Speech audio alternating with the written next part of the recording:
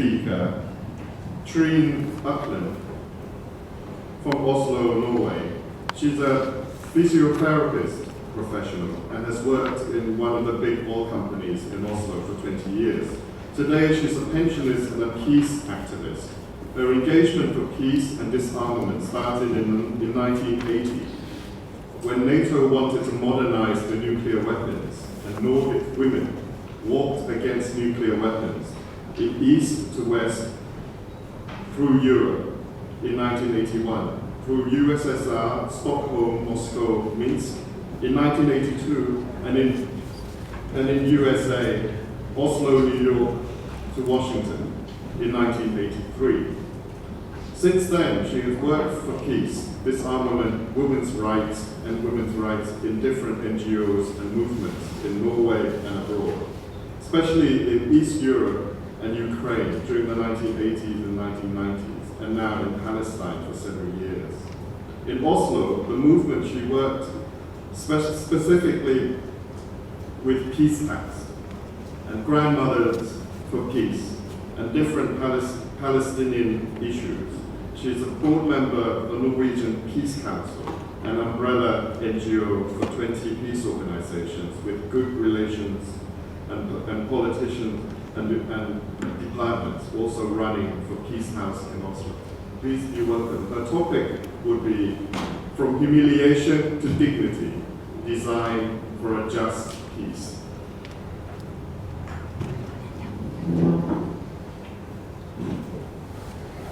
So good morning, everybody. I'm so pleased to be here. I'm stay here, so I don't look down at you. I'll try to follow up a little bit what Evelyn has said. So my topic is actually solving conflicts from humiliation to dignity. And I will start with the result, because for me, humiliation, war, and military means for me humiliation, power hour, and suppression, and devastating ruin. It's a lose-lose situation. We see that now, for instance, after 13 years war in Afghanistan, the Afghans, they don't have any better situation. The security is even worse. The situation for women and children is even worse than we, and I say we because it was the West, it was NATO, ESA, that started this war because we wanted to democratize Afghanistan no more. It's not better democracy there after 13 years of war. Our politicians and the military want us to believe that the situation is better. But the grassroots, we know that journalists that have been there for years, they say it's not better, it's even worse. So for me, to solve conflicts with military, that means a lose-lose situation. What we are working for, that is to go from a war culture to a peace culture. And that is difficult. As Evelyn said, after the Cold War, there has been some change, and we are definitely in what we call a paradigm shift today, where we have a lot of young people, and we have some of you here in this room today, and we have a lot of young people in Norway and elsewhere that now go very much for more cooperation, to know each other, to go from a war culture to a peace culture. And when I talk about peace culture, that means solidarity, more empathy, cooperation, knowing each other, and also what Evelyn was talking about. The world cannot afford any more wars. Military and wars cost a lot of money. It takes all the money that should be used for education and healthcare, and also for development. And we see that it will take time.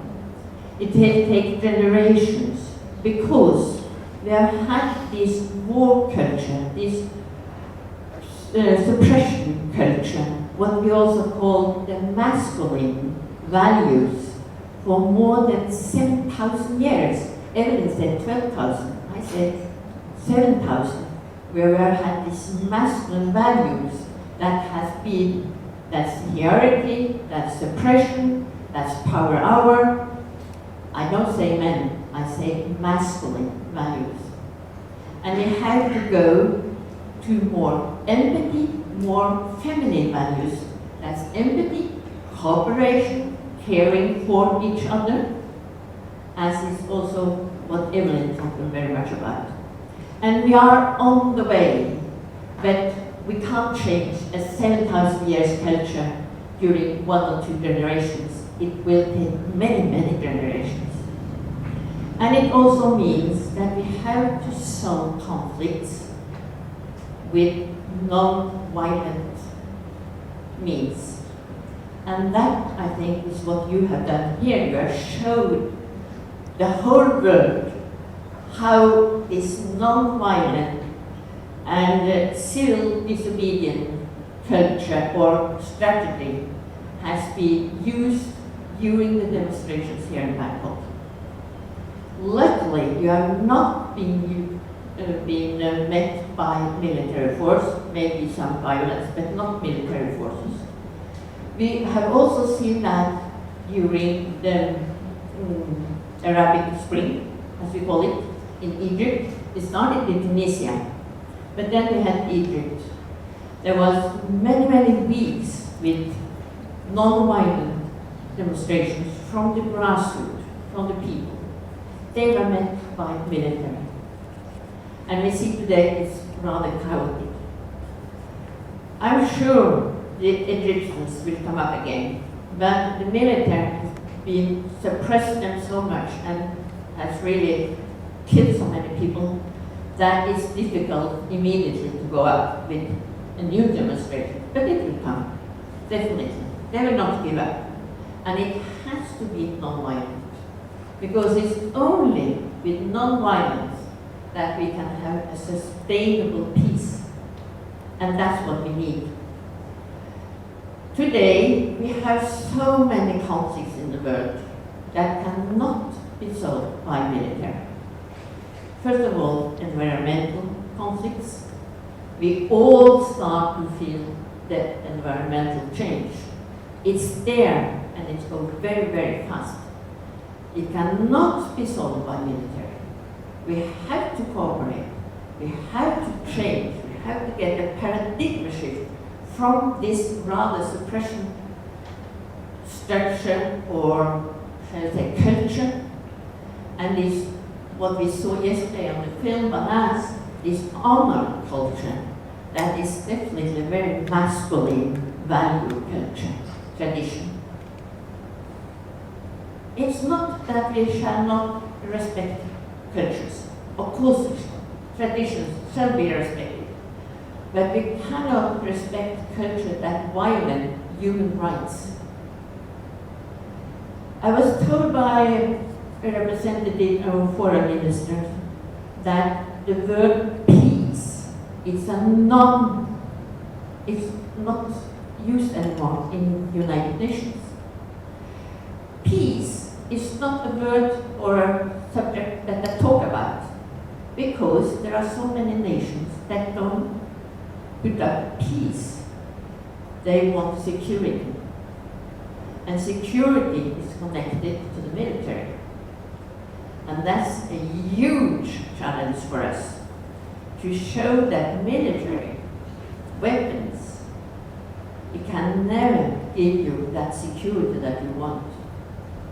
We need local defenses, we need national defense, but we don't need soldiers that trade for occupation, to occupy, suppress other people.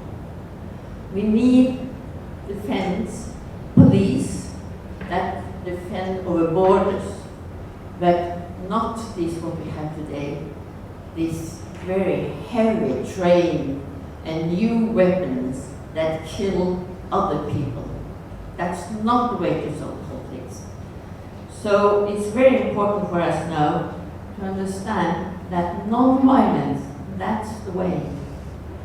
And if you look at people that really very much respected, even after they're dead, for instance, Gandhi, a lawyer, quite an ordinary man, a lawyer, started to use non-violence to shall I say, solve his people in India. And he managed, with all the people he had around him that used non-violence for years, he managed to have the British out of the country. We have Mandela. He died some months ago, and the whole world stood up for him and congratulated him what he had managed. Been in prison for 27 years, come out and use non-violence to solve the situation, apartheid situation in South Africa. President Obama, he gave one of his best speeches ever to and said, I would like to be like Mandela. The next day, he had the drones that killed 12 people in Yemen that was in the wedding. This double standard for the politicians, that's what we have today. We have politicians that speak for peace, but they go for war. That double standard with the politicians, it's something that we have to open up for, because it's everywhere. And it's very devastating, actually, to have this double standard from the politicians. That we have in Norway, we have it in America, we have it everywhere. You also have it here, as I understand. And this corruption that you are fighting against. That's something that we have to fight against. And that's we on the grassroots that can do it, because our politicians will never do it. They go more for profit, as we also learned from Evelyn. Then a little to Palestine, because today the Palestinians do just what I think is very, very nice and very encouraging. They go for non-violence. It's not always been like that, because they had people with the suicide bombers, and then the whole world looked upon the Palestinians. They go for violence. Look at them. They go for violence. We hardly talk about what the Israelis do, but they go for violence. They go for suppression. They go for arrest and torture and everything. But we only look at the Palestine. They went for violence. No, they don't do that anymore. That's stopped. From the authorities, they also say non-violence. And what we see is they win respect from the whole world. Now the situation has changed. People see the Palestinians because they go for non-violence. We also see the suppression from the Israelis. And I'm sure that one day the Palestinians will have their own country. It's in the last moment, but quite often we have to go the absolute limits, and then it will turn. And I think that will happen now with the Palestinians, because the Jews, they see what's happening. The Jews in America and in Israel, they are not standing up for the Palestinians, because the Palestinians use non-violence and they use also civilian disobedience. And I'm quite sure that it will change. One day also America will see that what's wrong in Israelis are wrong with the suppression techniques and their harassments. They also torture against children, all this. We cannot accept it. We simply cannot, the world cannot accept it. So we cannot accept this suppression from the Israelis, even if we suppress the Israelis during the Second World War and our bad counsels look our eyes for what's happening. We cannot accept this going on. So the Palestinians have to get their freedom. They will never give up. They are very proud people, very nice people. They will not never give up. So solutions have to be there. And the sort of Palestinians today is really that you get, it gives hope. And that's what we need. We need hope to go further. And I work with a lot of young people, and I see they are so well educated, and they go for conflict solving, they go around in the world, learning others to solve conflicts with a good communication, respect, and empathy for each other, and that gives hope. So go on, you young people. Go on, cooperate with other young people. Go on, because you are the ones that has to, so we say, save our planet today. If not, there will be too many conflicts. There will be the environmental conflicts are now on the way to be so big that we have to solve it, and we cannot solve it with wars anymore. So please, go on with your work. I talked to some of you yesterday, and it gives great hope. So thank you.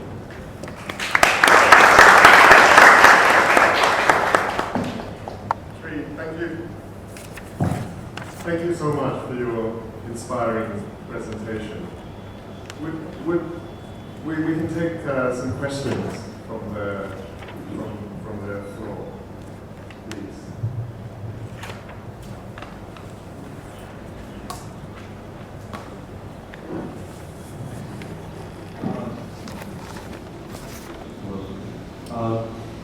I really liked your highlight of the point of the United Nations comment where the security versus peace issue, security being tied to nations.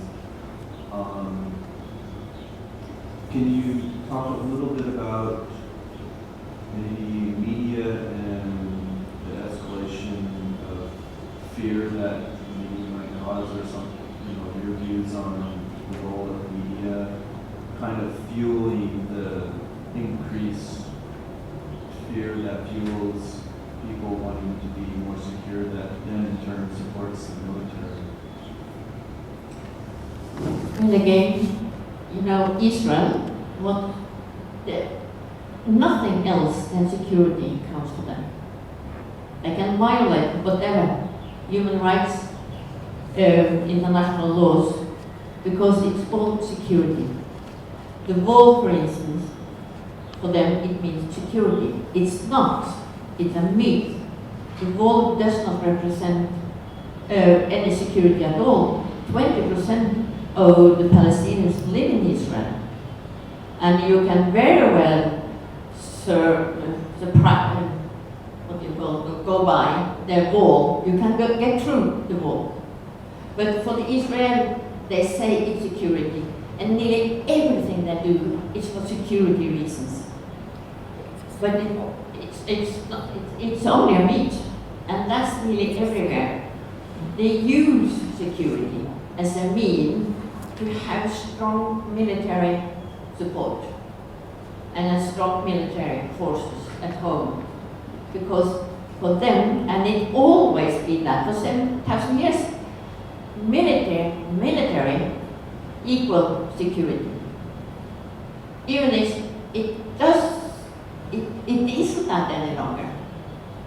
But the myth is still there, and it will take, I'm sure, generations before we manage to prevail that myth or that tradition that security is based on military. And the industry, the military industry, it uses it for all its worth. Norway and Sweden is one of the biggest military producers in the world per capita today. Military or weapon industry, it gives the biggest profit.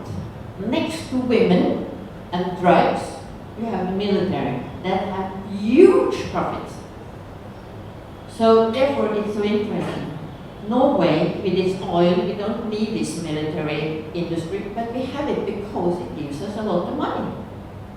And that's also another thing that's so important for most country, that is money, profit, economy.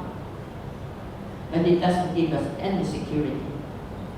So that for the second part of the question was also about media, about the how media, international yeah, the news media is all gone. perpetuates this constant fear Yes. or constant Yes. replay Yes. of violence. Yes, it's very much due to media as well, because they're falling up. That means news, and peace is not interesting for media because it's not news. Peace is something constant that are there, but it doesn't go up as news that's interesting. Media is really responsible, very much responsible. I don't know how we can change media. It should be changed, but I don't know how we can do it. But it's so much up to us, the grassroots, because it's from the grassroots, it's from up. It's from the grassroots up. We have to work towards our politicians. Reweigh this double standard that they have. Reweigh what the myths are. Prevail is one. So we don't have to do the work. And it's not appreciated at all. It's hardly mentioned in the movie. But we have to do it. Thank you so much for your presentation. We move on to our next speaker, Marie Inga.